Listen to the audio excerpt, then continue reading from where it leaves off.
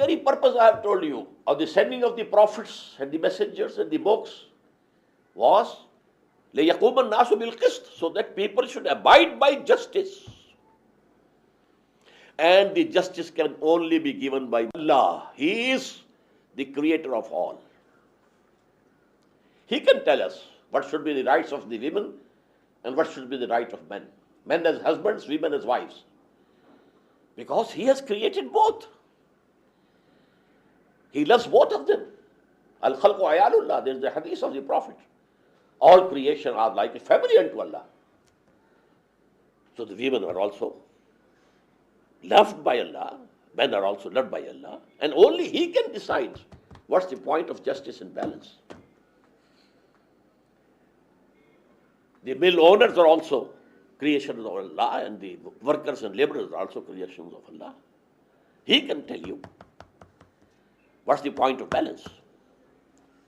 So to establish that just social order given by Allah to humanity through His last messenger Muhammad, in that struggle, a time can come when you have to take up arms against the tyrants, against the oppressors, to establish the just social order of Islam.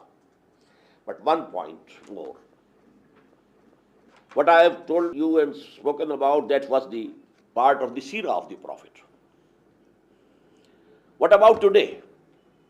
For example, in Pakistan, we want to establish Islamic State. Is it feasible at any stage that we take up arms against the government? It's not feasible. Masses are without arms. And the government, the people, those people who form the power base in this society, the big landlords, the big landowners, or the big moneyed class,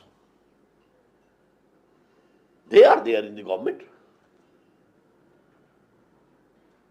So it is not feasible. They have police, they have army, they have air force. Hafizul Asad used air force against Ikhwan in Syria.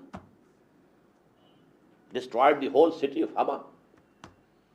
We have ourselves used air force in Balochistan. There was a movement of secession from Pakistan. So we used air force. So this is not feasible. What is feasible? Going back to Gandhi, non-violent, non-cooperation, non-violent civil disobedience, and the third stage going to Khomeini.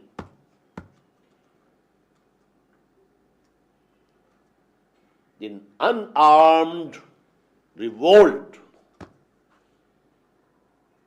against the people in power. A mass movement, not using arms, ready to lay down their own lives. The Iranians laid down their lives in thousands, between 20 and 30,000 people. Then the Shah had to run away for his life. He thought that this army will revolt against me. Why not to kill this one person? How long will we go on killing our brothers? Who are they? Our brothers, our sons, our nephews in the street? So that is the answer of the final push. A mass movement, agitation. It can be the best form also, as it happened in Georgia perhaps, just recently. But here, they have to lay down their lives. But they will not take the life of anybody. It will be one-sided war, not two-sided. I think this should be sufficient.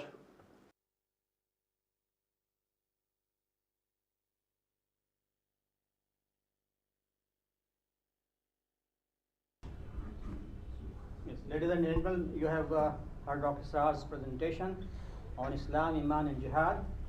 And now the floor is open for discussion.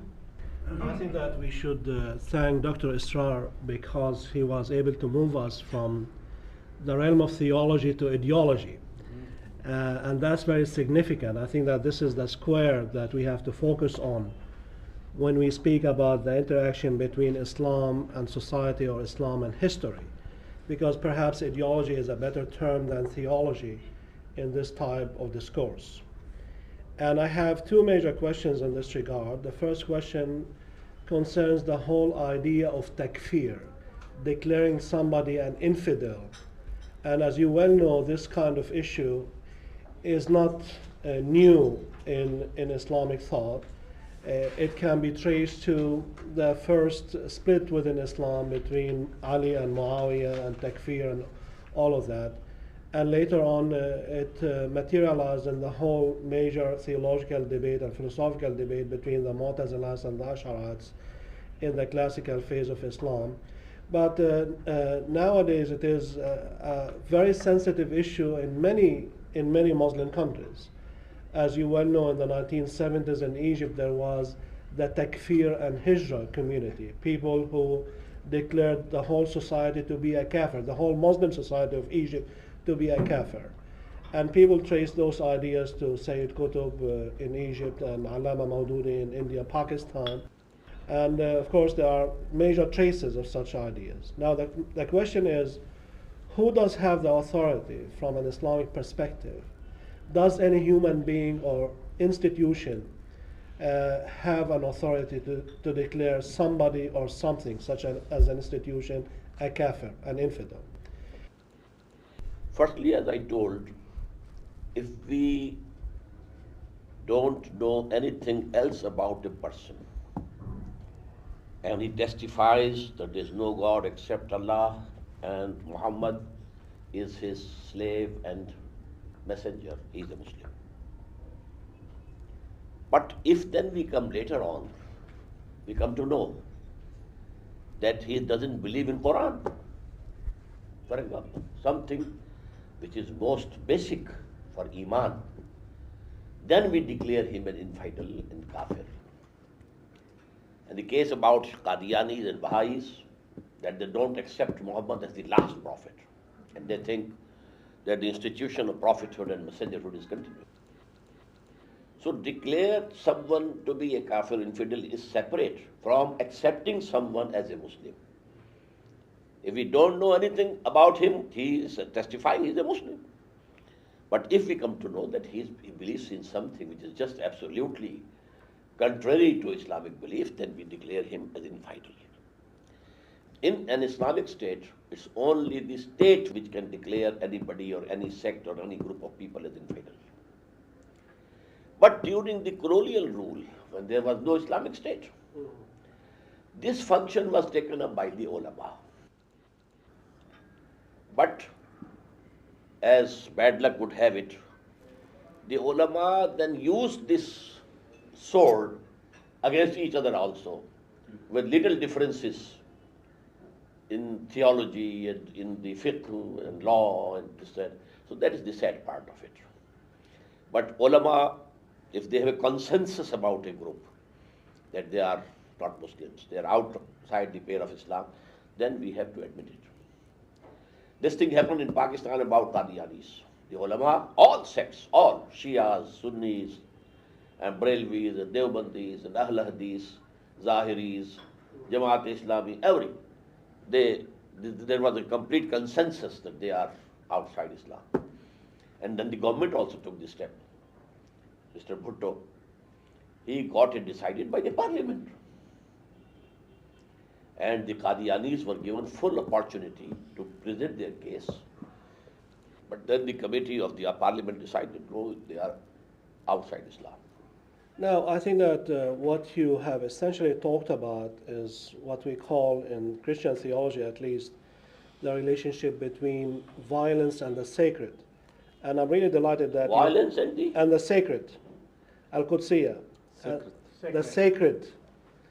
And I'm really delighted that you have explained that from an Islamic perspective. However, I don't see any major difference between your ideas on the connection between jihad and violence or offensive Islam, so to speak, in your own terms, and between the ideas of somebody like Bin Laden and Ayman Zawahiri. The only difference I see is a matter of tactic, that perhaps you are much more tactical than they are. No. But in an essential theological justification of jihad, I don't see a big... No, I'm sorry, you have misunderstood me. Yes. They have not passed through those 8 stages. Yeah, but these stages Have are they made tactical dawah? stages. Have they organized people? Have they purified their souls? Whatever Bin Laden is doing or the other, extremist groups, they are showing their anger only, just angry children, giving vent to their anger because America is supporting Israel and it has gone out of way to support the Zionism. So they are angry, that's all. But this is not jihad fi sabilillah, not at all. My description is absolutely different. When the Russian armies entered Afghanistan and there was a resistance, there was all, in the whole Muslim world, jihad, jihad, jihad. And then Bin Laden was also bringing Arabs, Yes. and Omar Abdurrahman was also doing the same thing.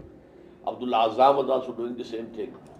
I never accepted it to be jihad fi sabilillah, never. I said this is jihad fi sabilillah hurriya, and this is permissible in Islam. And if you lay down your life for that, you are a martyr.